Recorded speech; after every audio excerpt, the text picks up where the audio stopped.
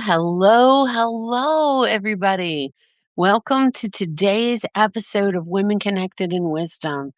We are episode 230. Today, we're talking about the gut everything connection with Dyna Vink, and I can't wait to dive in. Today, I am soloing, which is very unusual. But I'm excited to be with you. And if you're out there listening, make sure you know you can put in questions or comments and we'll answer them with you since we are live at the moment. And if you're listening afterwards, that you can check out our comments on social media, or you can also send us a note and connect with us.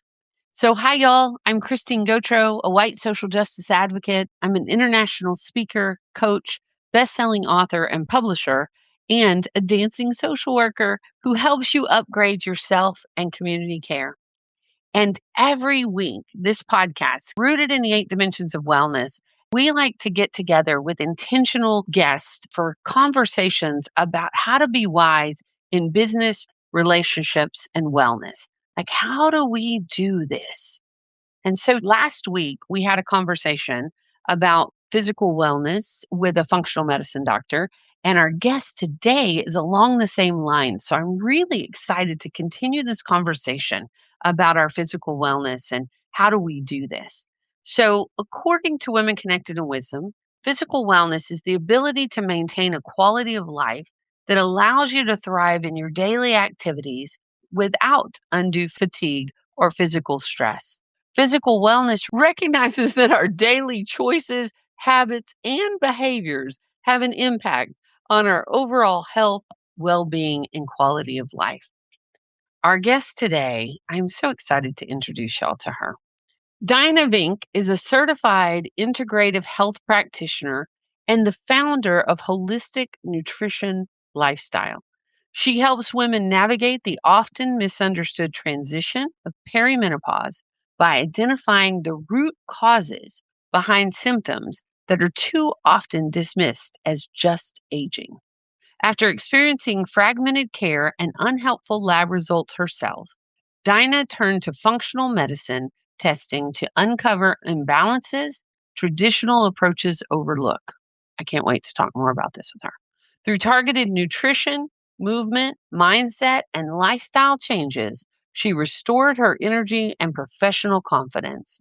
Now she empowers other women to do the same, offering clear, science-backed guidance to help them take control of their health, cut through confusion, and thrive through midlife and beyond.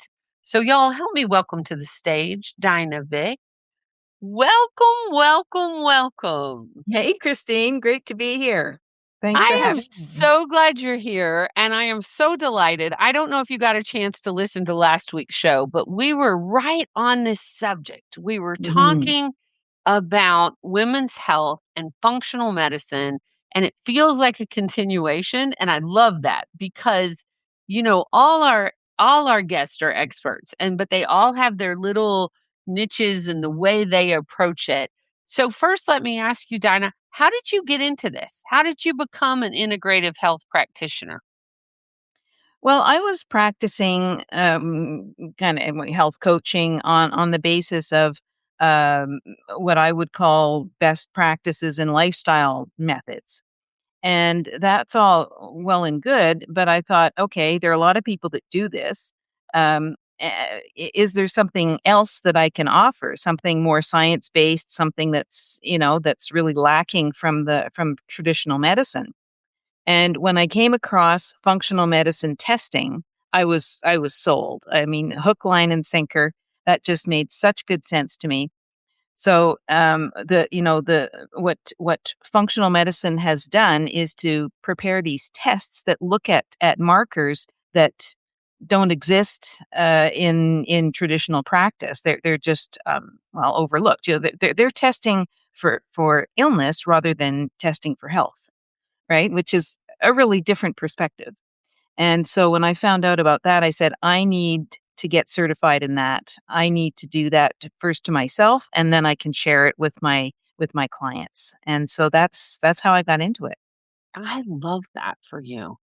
And I have so many questions because I'm so curious, right? Because right now, and I don't know if it's just my feed because my phone has heard me talk to it or what I've looked up, but I get ads all the time for functional medicine testing. Like, and Wow. so I can't wait to hear your recommendations of how do you do that? What are you looking for? Like, because just because you see it on the internet doesn't mean it's good. No. So if our listeners are listening to this and say, "Where do you start when you think about functional medicine testing?" How would you start? Well, I guess I first determine whether functional medicine testing is needed, right? And so usually the answer lies in a certain frustration by the client that they've been dismissed by their traditional doctor, that the symptoms that are starting to impact their quality of life are just simply attributed to age or, just get used to it kind of thing, which is in my opinion, that's just not responsible. That's not good enough. And especially as we live longer and longer, and particularly women who have this problem of not being heard in the medical system, at a much larger rate than men. And women have huge responsibilities, right? They are not only caring for themselves; they tend to be caring for everyone around them, whether it's at home or at work or parents or whatever. They need a good quality of life in order to maintain, keep all these balls in the air. So when women come to me and they have, this list, often it's a laundry list of seemingly unconnected uh, problems, issues, symptoms, then I say, okay, well, it looks like I can help you with that. If they just have one thing and they say, oh, I don't really sleep that well, everything else is fine, then, I'm probably not for them. But, yeah, so it's a bunch of unanswered symptoms that have been allowed to fester for probably years and that are starting to build up and cause concern. Can you name some of the symptoms that some of your clients come to you with? So if our listeners might recognize themselves. Sure. So, like brain fog is a really popular one. Mhm. Mood swings is a big one where, and you don't understand where this frustration suddenly came from. This bit whole on frustration. You think like, oh, like, I'm usually pretty level headed. Where is this coming from? There can be things like muscle aches and pains that prevent them from being much more active. There's this chronic fatigue that goes on that they don't really know what to do with. There would be a lot of gut issues, which present as, say, bloating or irregular bowel movements, or just not feeling right. So there, a lot of different things. Hot flashes is sort of traditional. Yeah, we put that in there, but um, there are a lot of different symptoms that can present strangely. So yeah, and they can be a lot of different things, Mhm. which general medicine just doesn't really look at. So HRT, for example, is something that a lot of women are talking about, and HRT is fine, but it can address a certain kind of problem and not the laundry list that I've just described, right? So I don't I mean, I'm happy to work with people who are taking HRT, but it's not something, of course, that I prescribe, Mhm. and there are many women that can deal with these symptoms without using HRT. So, it's not a necessary player at the party, and it provides an alternative, which is really good for women who don't want to take HRT either for personal reasons or for health reasons. Right. Well, I noticed in your bio, you talked about that you look at targeted nutrition, movement, mindset, and lifestyle changes. Mhm. So when you got into this, what did you feel like made the most difference for you? Uh, um, well, in some cases, I had come to expect I had become so used to it that Mhm, that I wasn't even sure it was even an issue anymore. mhm. So there was a certain amount of brain fog, memory. I started forgetting adjectives, which is very inconvenient. I had rosacea all over my face, which I'd had that since my 30s. So I kind of And accepted that's that. tied what's that tied to? Because I definitely have some of that. I know. What's that tied to? Well, it could be different things. For me, it was heavy metals. Oh, Yeah. okay. And so it could be food sensitivity, but it could also be a gut issue. But in my case, it was heavy metals. So it took. And you test for that. Yeah, Okay. yeah. And so other things, I had this frustration thing, like what the heck is going on. I had body pain, and I was very active. I used to ride my bicycle. Well, what's 7,000 kilometers, 5,000 miles a year, kind of thing, and that's in the half year that you can ride your bike. Right. Um, so that I was active, but it was this strange, like, why am I feeling so sore if I'm so regularly active? And then I had gut issues too, where I wasn't sure what I could eat anymore without getting them. It seemed like anything I ate caused gut issues, and that turned out to be candida, which is very common. Right. Um, and I also had parasites, which is something like 70% of North Americans have these things, but the general medical system only considers it if you've been to a tropical place. And Isn't that fascinating? yeah, so you don't want to not think of that, because it can be just such a game changer to get rid of parasites. And um, using the approach that I incorporate rather than pharmaceuticals has some very large benefits, right? Because your gut gets pretty badly affected when you use Mhm. pharmaceuticals. So then you have this whole repopulation period and whatnot, and you feel terrible, and so you can skip all that. Mm. Um, so yeah, there are a lot of different ailments that present that are seemingly unrelated, that are very common, and people just kind of accept that after a while. They just say, "Oh, well, this is how it's going to be." Right, and we don't have to accept that. No. Like, we can really have the conversations and figure out, can we address this? Yeah. So you start with, is it needed? So if there's a laundry list of things, so say we've got 2 or 3 or 4, and you Mhm. would say, "Okay, so we're gonna test." So Yeah. when you do a functional medicine test, what are you looking for? Well, we have something called the Big Five. So Okay, they're a set of five tests that give a pretty comprehensive view of what's going on, and I recommend that.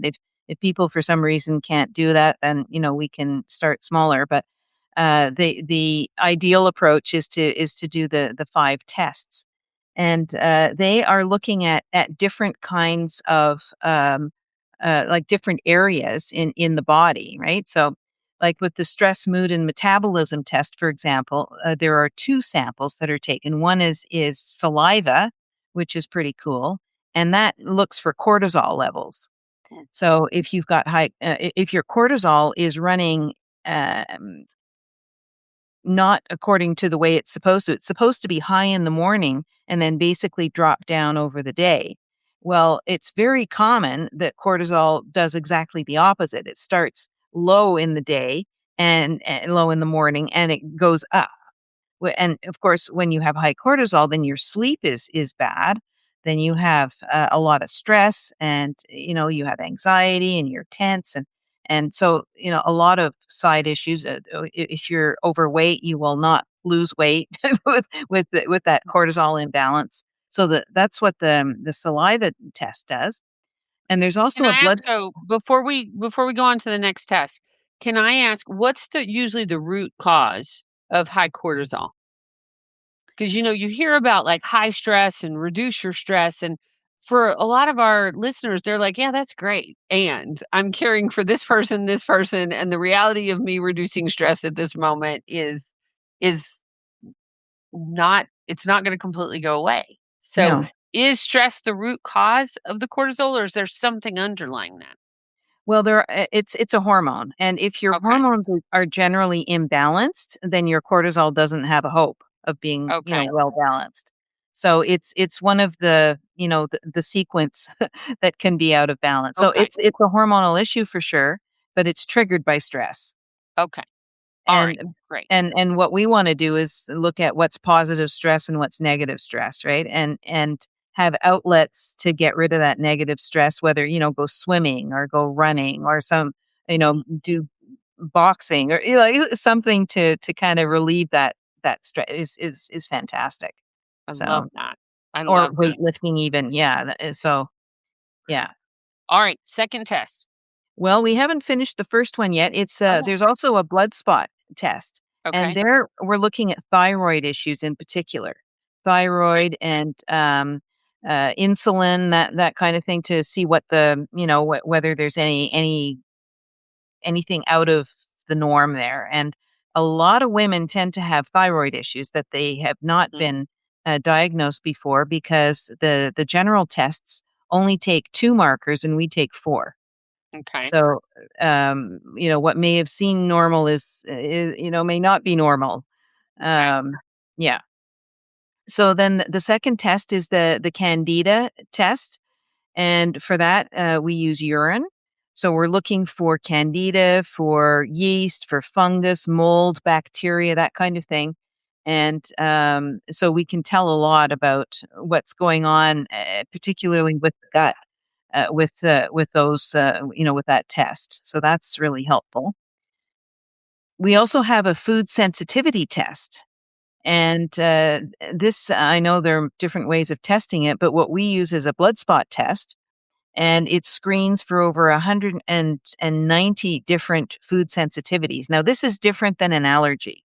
Okay. Allergies happen within 5 minutes to half an hour kind of thing. They're pretty Okay. fast and they can be seriously bad for your health, Mhm. right? Like peanut allergies, for instance, people can die from that. But these are food sensitivities that tend to take up to say 3 days to actually manifest. So by that time, you're not relating what the kind of reaction that you're having with what you ate. Mm. So it's very difficult to make these connection unless you're doing a really concerted test and monitoring everything you eat and whatnot. So this blood spot testing can really help with that by going through a large number of different foods. And of course, the challenge is that it leads to a lot of inflammation, and that inflammation can cause all sorts of problems. Inflammation is a leading forerunner for a number of different diseases that we don't want. So keeping that under control is really important, and of course, it makes us feel better, right? Because there could be some brain fog attached to that. There could be mood issues attached to that. There could be digestive issues attached to that. So it's a really good one to figure out. And then we have the minerals and metals test. So this is where heavy metal is discovered. And how do you think we find that? Mm. It's a hair sample. Hair sample. Okay, that makes sense to me. Yeah. So what we're looking there is for mineral levels, heavy metal exposure, especially to things like lead, cadmium, arsenic, mercury, and aluminum. I have been following this gal on Instagram that tests for lead in major box stores because Yeah. their child had got lead poisoned, and Yeah. they're very passionate about going into places that a lot of us shop and doing a Mm. lead test, and I'm shocked at how much we're exposed to lead and have no idea. It's a crazy one, right? And it's Mhm, yeah. So it's with aluminum you can change your deodorant, for example, and you can reduce your exposure enormously. Um, yeah. So it's crazy where we pick all this stuff up, but it can have some, and especially if you're, sort of over 40, over 50, then you've had time to accumulate all these heavy metals. So it may not just be from one thing; it could be a number of things that that have that effect on us.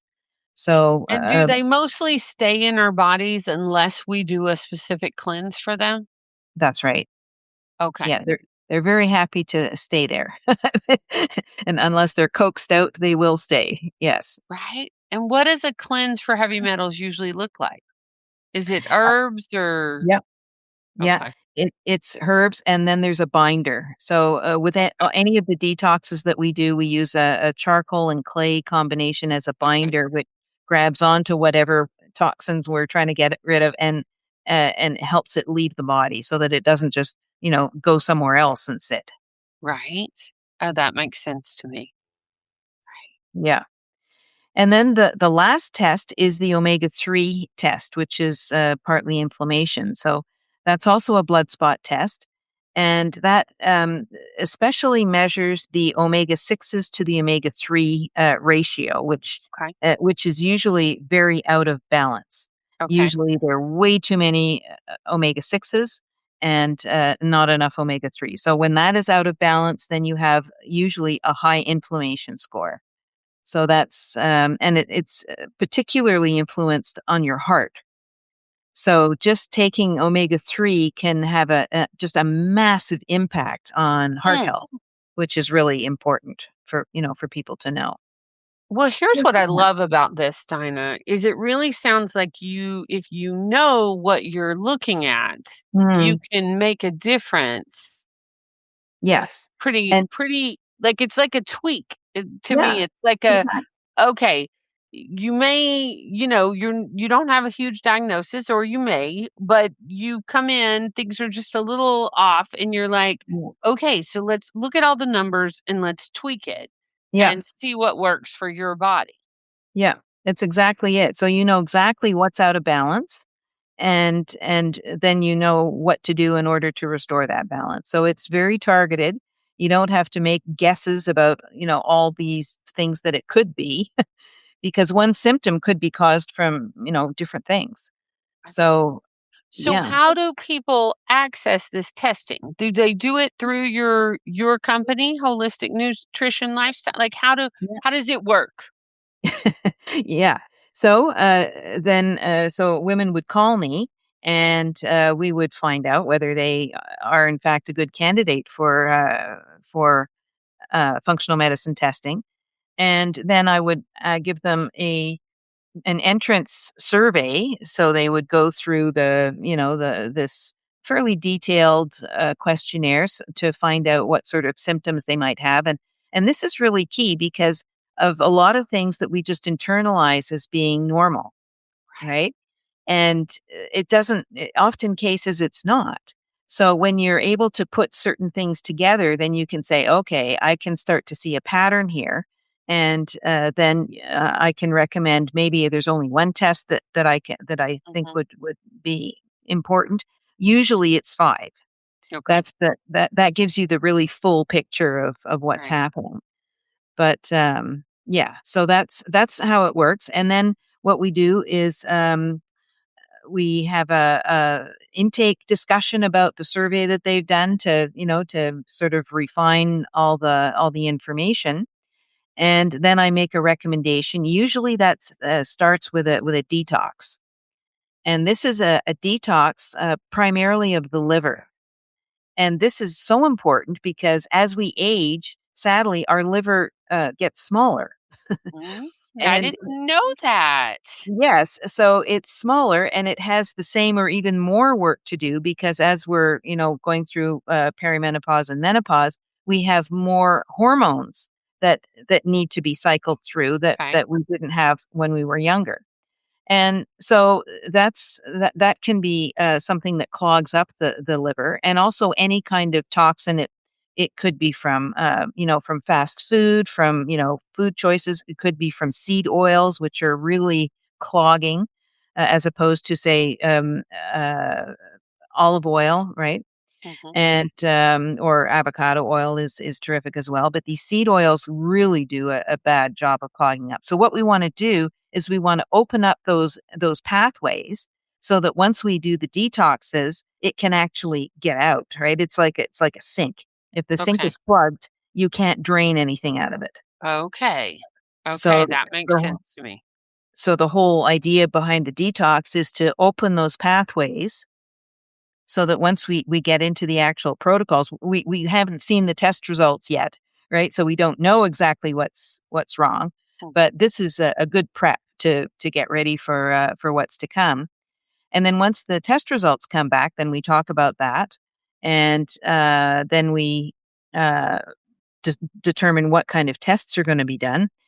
The tests are all administered at the client's home, which is super fantastic. You don't have to find some specialist, somewhere in a distant part of the city or another city. So they're all done at home, and then you can send them off by courier to the lab, and it takes 3 to 4 weeks to get that all processed. And then we discuss the results of those tests. So that's pretty good. And then put in place the actual protocols of how we're going to deal with this issue, with the different areas that have been out of balance. And so then we meet every 2 weeks and talk about, okay, what's happening? What do you see? Mhm. Anything concerning you? Is there something mysterious, or have you seen unexpected things happen? That kind of thing. And so that we work through it together, and it takes about 4 months. Okay. I And was then gonna ask after, that question, like. yeah, from start to finish, about 4 months, and then we determine whether there's another test that we wanna do to see whether everything has been resolved. Maybe it's 1 test, maybe it's 2 tests. It probably won't be 5, but, it'll be some number of tests to see whether things are improved. And sometimes we haven't finished, right? Sometimes there's still more work to do. There's still more to detox, and and the body is shifting, right? So if you remove some of these toxins over here, some other things might sort Might of. pop up and say, "Hey, me next, me That's right. next." That's exactly what happens.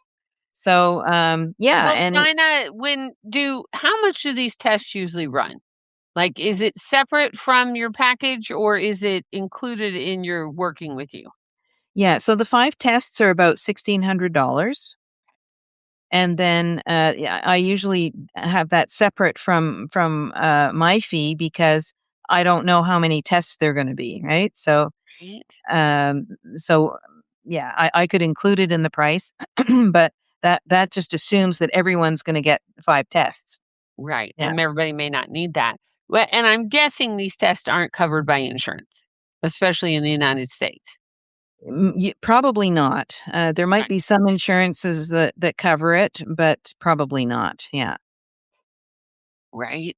It's sad to me, like, especially if we have tests that can give us answers, especially as Yeah. women. It's like Yeah. because that can be a barrier, right? Yeah. It can be a Yeah. barrier to health. Yeah. If you're listening and you're like, "Okay, well, Christine, I don't have $1,600, so I couldn't do all 5 tests." When in your expertise, is it depending on the individual person, or is there one that you're always like, "Start with this one?" Well, usually for women, it's the stress, mood, and metabolism test that I recommend. Mhm. If there's only one to do, that's probably it because it's the one with the hormones.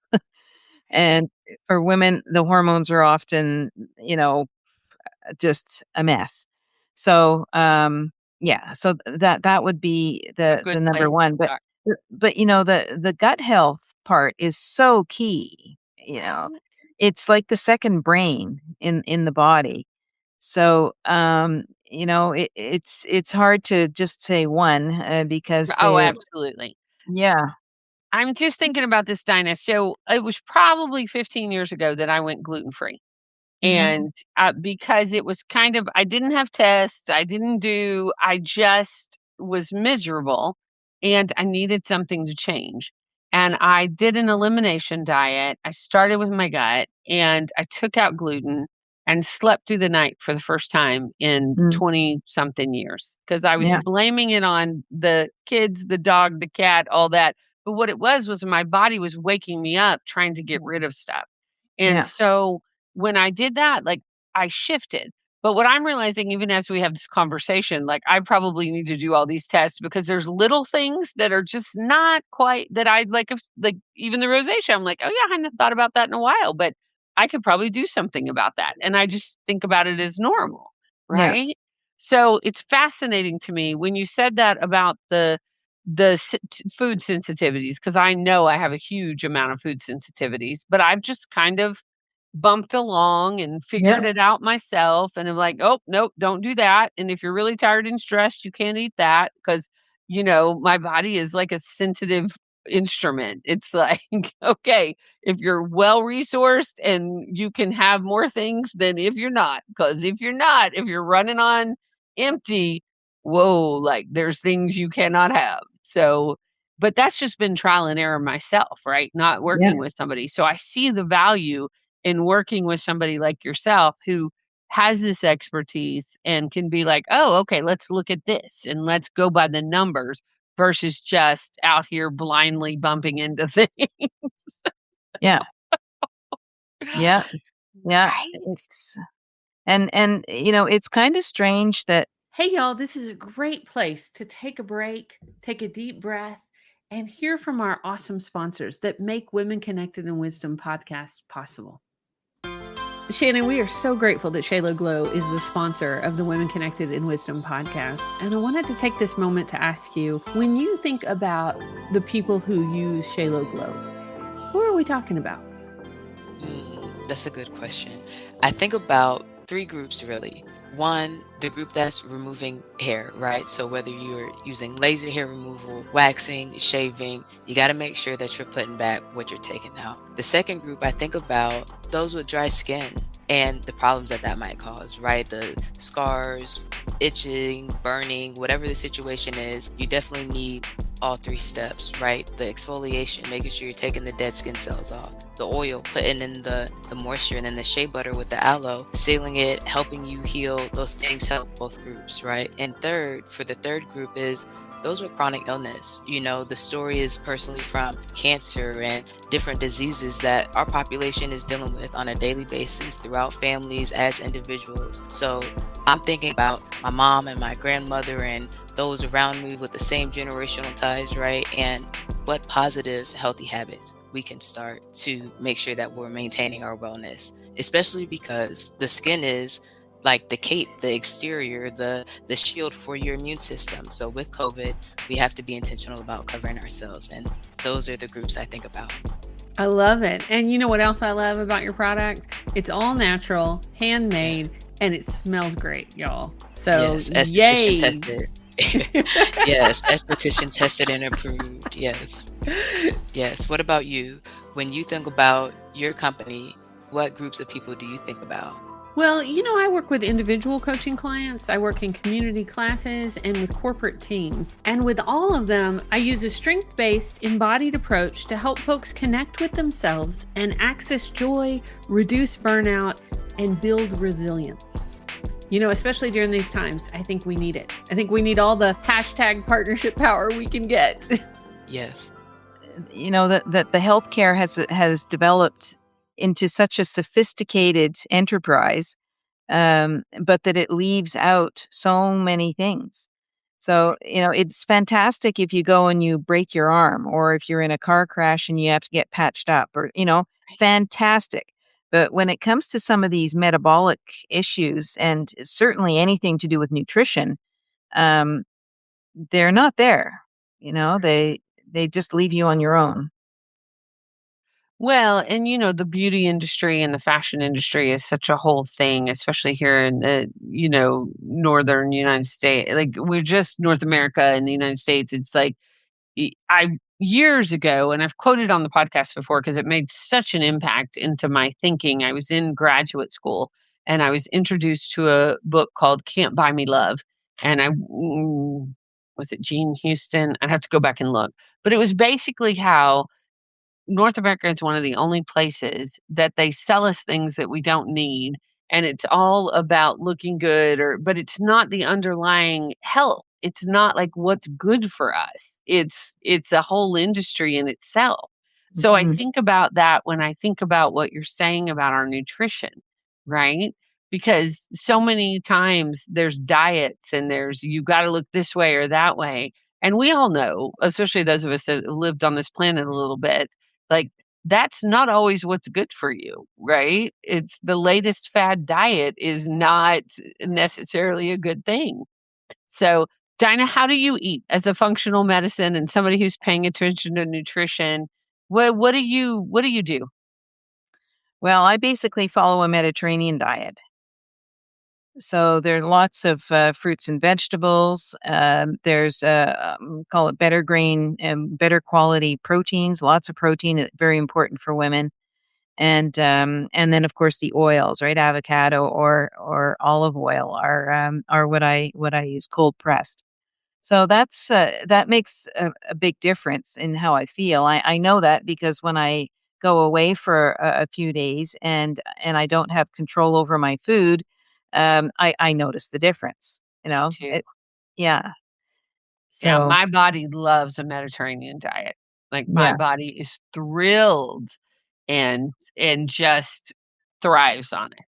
yeah, So and I think it's ranked one of the number 1, if not the mhm, number one, so that makes yeah, sense to me, right? yeah. And it's more of It's a not a lifestyle. Yeah, Yeah, it is, it is, yeah, and then calling it a diet is, like, that could be a triggering word. right. It's more of a way of eating, and it's yeah, and I tend to keep away from dairy as well because, dairy and wheat are very inflammatory, and, so that's not something that I have very often. Every once in a while, there's a birthday cake in, somewhere, and, okay, we all have a piece of cake, but then afterwards, I feel it, Ooh, yeah, I can feel it in my digestive system, and I probably won't sleep as well that night. So there's a cost to this, and once you find that out, that is such useful information because otherwise it's seen as just an inconvenience, to make these changes. But if you actually understand, okay, there's a consequence to not doing this, and yeah, it's you can just choose what you want, how you want your life to be. what I found fascinating, because I've probably been gluten-free 15 years or longer, because it was such a dramatic shift for me that I was like, absolutely worth it. And it was back before there were a lot of products that were gluten-free. It was back before it was you pretty much gave up bread and pastas and everything. And everybody's like, wait, what are you doing? And I'm like, I feel so much better that it's Yeah. worth it. And occasionally I'll get glutened because of the world we live in and if I'm traveling or something like that. And what Yeah. I found fascinating, not just my sleep, but I have very good emotional regulation. I'm trained as a clinical therapist. It's pretty much my temperament, but it is always fascinating to me when I get glutened how my mood, like, Mhm. I have to pay attention because Yeah. all of a sudden I'm having mood swings. I'm like, what in the world? Yeah. And it's like, it is directly related to the food that I eat. And Yeah. it's like, okay, that's good to know, right? Yeah. And, my body's highly sensitive to nightshades too, but it Mm. also depends on where I'm at. Where I'm at before I was menopausal, where I was at in my cycle, but also where I was at energy, like where I was at, how much sleep I was like all the things. That's one of the things that I can have a little sometimes, but Mhm. never can have a lot. Like, I was years ago, it was so sweet. I was doing a Whole30, and I was doing that's the diet where you're no carbs, you can have fruit, you can have vegetables, but you don't do beans, and my friend, I went over to their house, and they're like, "Oh my gosh, I made you this dip, because I know you're doing this," and it was eggplant, tomato, and peppers, and it was Oh, delicious. nightshades.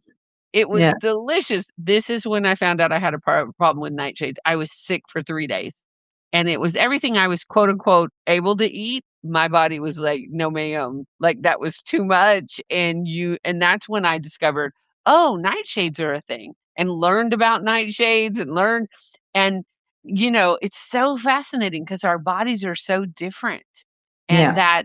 that checking in and really noticing your body and Yeah. what is your body like. I have a good friend that can't do potatoes, and my body, I think it's my Irish ancestors, but I'm fine with potatoes. Like now, I can't do as much tomatoes or eggplants, and it's so fascinating. Mhm. Mhm. Well, also fascinating is, if you go to Europe, then the whole gluten thing becomes a very different discussion. It really Um, does. so the foods are quite different in Europe, than they are in the US. So, for people who travel to Europe, that would be something to note or if you have family that lives there, then you can have a discussion about it, but Right. big My differences. youngest child studied over in the Netherlands about, has it been 2 years? It's been at least a year and a half, 2 years. Yeah, well, it's actually been 2 years, and I went over to visit for their birthday, and everybody had told me this, right? But I was very nervous because 'cause I'm traveling, so I'm like, do I wanna introduce something that's gonna wreck me?" But I did try a little bit, and I was okay, and that was fascinating to me. I Mhm. wasn't really willing to go hog wild because I didn't wanna wreck my trip, but it was fascinating to notice, okay, yeah, this thing about different ingredients, the different ways our foods are processed, the Yeah. more holistic they are, like, how big of a difference it makes. It's Mhm. powerful. Because I Yeah. know you're not in the United States right now. So, No. how is that for your nutrition and your everyday lifestyle? There's not a lot of processed food here. I'm in Panama, and there's some imported foods from the United States, some food that's processed, but it's very expensive, and it's only at the Costco equivalent for by and large. So you have to go out of your way to find it.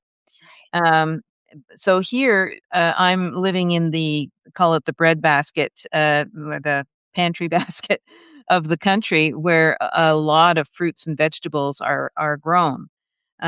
So here, the only thing I worry about is pesticides. Ah, okay.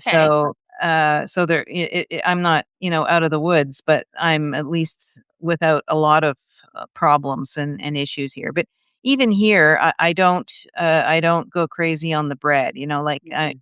If I'm out, I might have a little bit with a meal or at a friend's or something. But I generally steer clear of it and pasta as well, just because I don't want to. I'm used to it. It's Right. Right. it's it's a habit, and I follow that. So. Well, and if you have good fruits and vegetables, like I was raised on a small farm in Texas and really well grown organic vegetables and Mhm. think fruits that, we were kids and we would be outside playing all day. But part of it was because we had fruit trees. And so if we were hungry, we'd pick what we needed to eat. And, you were we were able to do that kind of stuff, and Yeah. it is different for most people nowadays, and it's a different experience, but and I know they probably get tired of us saying fruits and vegetables and things like that, but farmers markets right now are just, we're in the summer here in North America, and farmers markets and those fresh produce and, I had a salad Monday that it was so delightful because it was so fresh. Like, you were Mm. just like, "Oh my gosh, there's such a difference," and it was just amazing. But Mm. so when you are working with somebody, what is your like, I know you're a very holistic practitioner. Any advice, anything that you're like, I get this feels like such a silly question to me because, we're 8 dimensions of wellness, and we know they all weave together, right? And it feels the same for the work you do. Like, it all weaves together. Mhm. I know, I haven't had a question come out of it. I think I Not just yet. want your wisdom. I think I want what wisdom do you wanna share with our audience Yeah. about this? Well, I think one of the big things for this kind of work to really stick is that there's a mindset piece. And part of that is living in the moment and understanding that only joy and learning really happens in the moment. You can't have it, you know, in the future. You can't have that in the past. And to be able to determine what people want from their lives. It's a simple exercise, but it's overlooked by so many people. And to have some kind of a north star, to have a journey, a destination, to say, okay, I watched my mother descend into dementia for 18 years, and to struggle with that. I don't want that for me, and I don't want that for the people around me. So what am I going to do to avoid that? And maybe somebody who's struggling with osteoporosis, to say, okay, I see that struggle. That's something that I want to avoid. Right. So there may be some things, some kind of milestones, some gateposts that stand out as being important. Maybe they want to have the focus, the determination, and the energy to tackle a new venture, like a podcast, like writing a book, right? Like undertaking very focused travel, like for archaeology or for some particular, hobby or desire. Maybe they want to When I start. turned 40, I did my first triathlon. Yeah, It was I wanted to always do it, and that yeah, it was actually, now that I think about it, that was probably around the time that I was going gluten-free, I was getting more energy, I was paying attention to this in yeah, my life. yeah, Yeah. yeah. So, you want to determine what are those bucket list items, and then to set your mind to do them, and with a healthy body and a healthy mind, right? Because the of course this doesn't all it's not all body, right? It all affects your Right. mind and your And our your focus spirits and your and clarity and whatnot. Yeah, and so that's usually a really important component of it. And often women have never been really asked that before.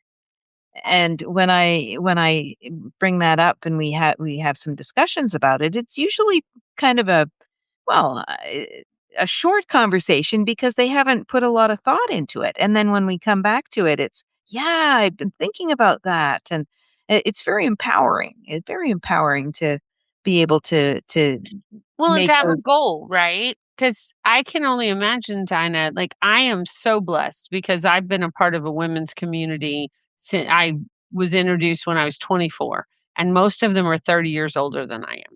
And so, like, they kind of are my guiding lights for where we go and what's one of my co-authors, Dr. Sheila K. Collins, is 86 and outdances me, outworks me, like, she is my inspiration for so Yeah, many things, right?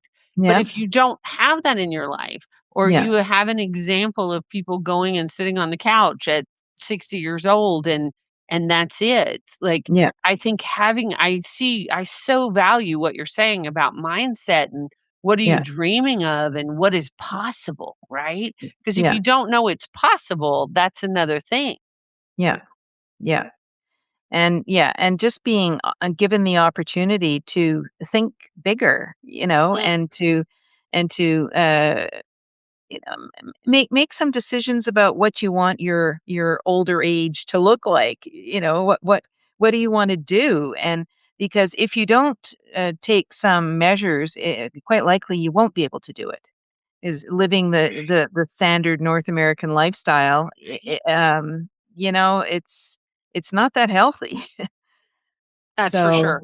Because we yeah. work too much, we sit too much, we're on our devices too much, all the things that are too muchness over here right now. Uh, Well, and the food choices are often pretty challenging. So, and Absolutely, and and the sometimes medical system doesn't support health, so and a um lot of times, depending on what neighborhood you live in, you don't have a choice, right? That's right. the thing is And so, I mean, thank goodness we're kind of seeing some trends of going back to our kitchen gardens and growing food and sharing with our neighbors. That's how I was raised, and I love that. It's like, "Okay, I'm not good at this, but I'm good at this. Can you do this one, right?" And the trading of things and relying on each other too about how do we do this. So, I am Mhm. so enjoying our conversation, and I'm paying attention to time. So, I wanna make sure that we do a wisdom in action. And wisdom in action, Dinah, is where, we're talking about all these great resources for our listeners and for how to do this. But what about you this week? What are you doing for yourself? What's your wisdom in action for your physical wellness this week? Well, so this week is not unlike other weeks, but I wake up and I do a breathing meditation for about 10 minutes. Then I do a Pilates exercise for about 20, 25 minutes. And then I go out on a at least 1 hour walk, and I have friends in the neighborhood, 7 dogs. And they find me as soon as I come out of the door. "Ah, there she is," and they, race over, and then we walk around for an hour, Mm. and then I come back and make myself usually it's a smoothie or some sort of egg concoction, whatever, for breakfast, and that sets me up for my day really nicely. That's That's beautiful morning routine. I hmm love that. This week, I am focused on the water because I just had my birthday on Monday and I am definitely a water baby. And I started Monday at Niagara Falls. I was doing a conference for somatic dance and performance.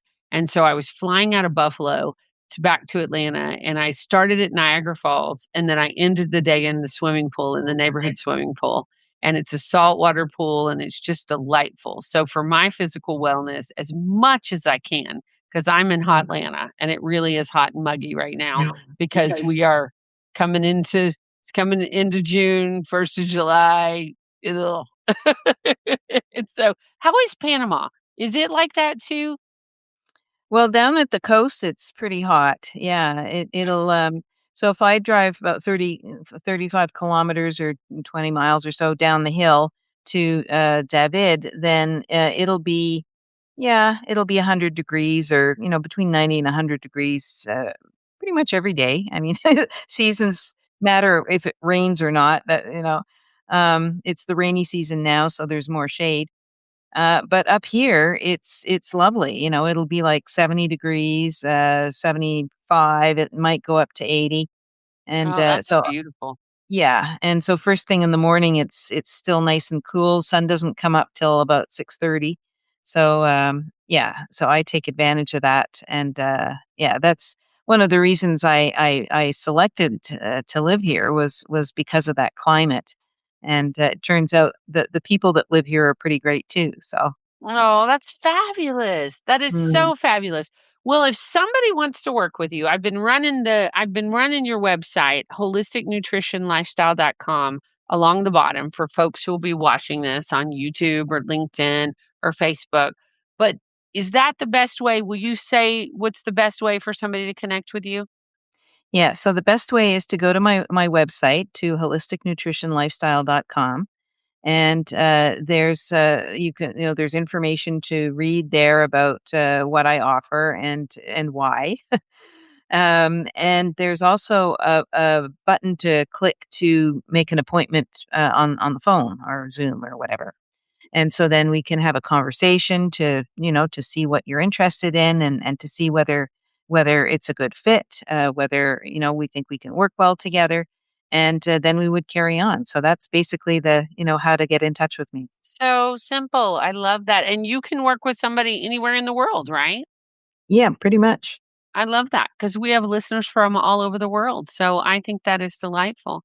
Dinah, thank you so much for coming on and sharing your wisdom and sharing your knowledge and just answering all my questions or non questions, as some of them were. Um, I am really grateful to be connected to you, and I'm really appreciative of your work in the world. Well, I thoroughly enjoyed this, and yeah, I hope that this has helped some of the listeners to give them another option to think about, that that there is something out there. And I think it ties in very nicely with the speaker you had last week. Right? Well, and just more knowledge and more like, how do we do this and what does it mean? Because for some of our listeners, it's the first time they're hearing about functional medicine.